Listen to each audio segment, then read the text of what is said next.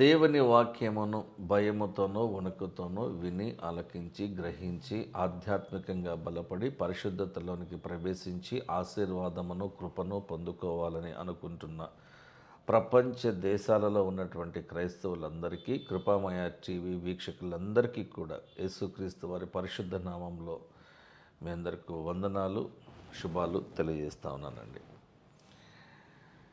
వక్ర బుద్ధి అని ఒక మాట ఉంటుంది అన్నమాట. ఇన్సానిటీ, కుళ్ళుబోతుతనము అని ఒక మాట ఉంటుంది. జలసీ వలన వచ్చేటువంటి ఒక ఎమోషనల్ ఫీలింగ్ అన్నమాట.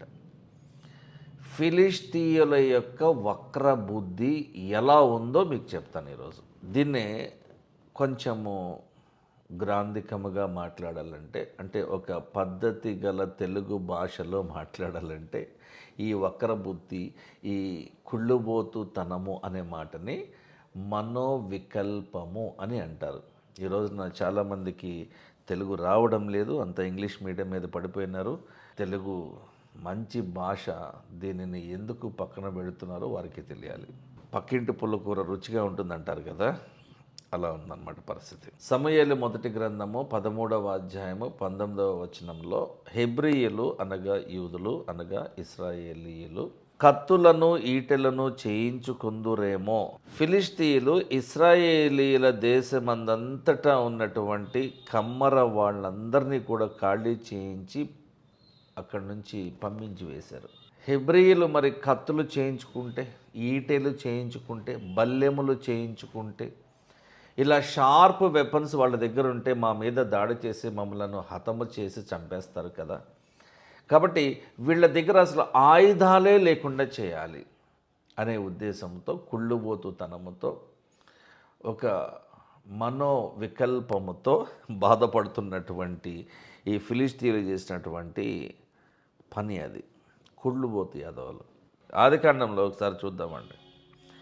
16వ అధ్యాయము 11, 12 వచనాలలో ఈ ఇష్మాయేలీయుల యొక్క ఫౌండేషన్ ఎక్కడ ఉందో మనకు తెలియాలి.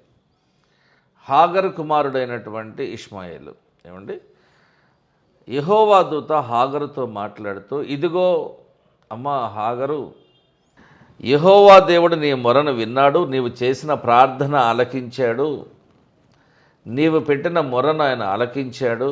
ఆయన కనికరము చూపించే దేవుడు.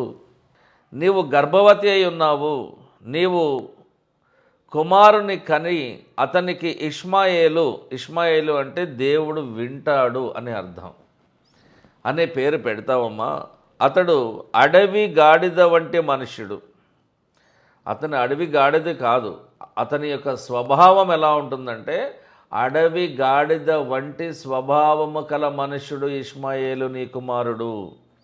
అతని చెయ్యి అందరికిని, అనగా ఇష్మాయేలీల యొక్క కార్యములు ప్రపంచ దేశాల వాళ్ళకి అందరికీ వ్యతిరేకంగా ఉంటాయి. అందరి చేతులు అతనికి కూడా విరోధముగా ఉండును అని దేవుడు ఆ రోజున ప్రవచించేసినాడు. అడవిగాడిద అనేటువంటి ఈ మెటాఫర్కి, ఈ అలంకారమునకు అర్థం ఏంటి అంటే, ఫస్ట్ థింగ్ ఏంటంటే, ఒక నియంత్రణ లేని మూర్ఖపు జనము.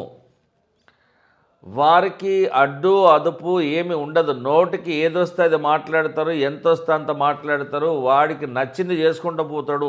అవతలడికి నచ్చిందా లేదా, ఇబ్బందికరంగా ఉందేమో, నేను నా ఇంటి పక్కన వాడిని ఇబ్బంది పెడుతున్నానేమో, పక్కన వాడిని ఏమైనా ఇబ్బంది కలిగిస్తున్నాను, ఏమీ లేదు. స్ట్రైట్ అవే యుద్ధాన్ని కోరుకుంటారు, రక్తపాతాన్ని కోరుకుంటారు, సంవత్సరానికి ఒకసారి ఒళ్ళంతా కోసేసుకుంటారు, రక్తాన్ని సృష్టిస్తారు. చిన్న పిల్లలకు సైతం వాళ్ళు తల మీద ఒక చిన్న ఘాటు పెట్టి రక్తాన్ని చిందిస్తారు వాళ్ళు. యేసు ప్రభువు మన పాపముల నిమిత్తమై రక్తాన్ని చిందించేశాడు ఆయన. మూర్ఖపు స్వభావము ఇష్మాయేలీలకు ఒక ఆశీర్వాదముగా లేదు, ఒక శాపముగా ఉన్నది. వాళ్ళకి అర్థం కావట్లే. చిన్న ప్రార్థన కొరకే తలలో ఉంచుదామండి. పరలోకమందున్న మా తండ్రి, మా ప్రార్థన ఆలకించండి ప్రభువా. మాలో ఉన్నటువంటి అపవిత్రను, అపరిశుద్ధతను, మూర్ఖపు స్వభావాన్ని తీసివేసి, మాలో ఉన్నటువంటి రాతి గుండెను తీసివేసి మాంసపు గుండెనివ్వండి ప్రభువా. క్షమించే గుణాన్ని మాకు ఇవ్వండి నాయన, ప్రేమించే గుణాన్ని మాకు ఇవ్వండి ప్రభు. నీకు లోబడి ఉండి నీకు విధేయత చూపించి నీ సన్నిధిలో మేము సనగక గొనగక భయముతో వణుకుతో మేము గడిపేటువంటి ఆ సమయాన్ని మాకు ఇవ్వండి. మీ యొక్క సహవాసాన్ని కోరుకుంటున్నాం ప్రభువా. నీవు ఇచ్చేటువంటి స్వస్థత, నీవు ఇచ్చేటువంటి మార్గదర్శకత్వము, నీవు ఇచ్చేటువంటి ఆశీర్వాదము, నీవు చూపించేటువంటి కృప, నీవు చూపించే జాలి, కరుణ, దయ మాకు అవసరమైనవి ప్రభు. ప్రతి విషయంలో మా అందరికీ మీరే తోడుగా ఉండి మా చేయి పట్టుకుని మమ్మల్ని ముందుకు నడిపించమని యేసుక్రీస్తు వారి పరిశుద్ధ నామంలో ప్రార్థిస్తుంటున్నాం తండ్రి. ఆమెన్. Thank you.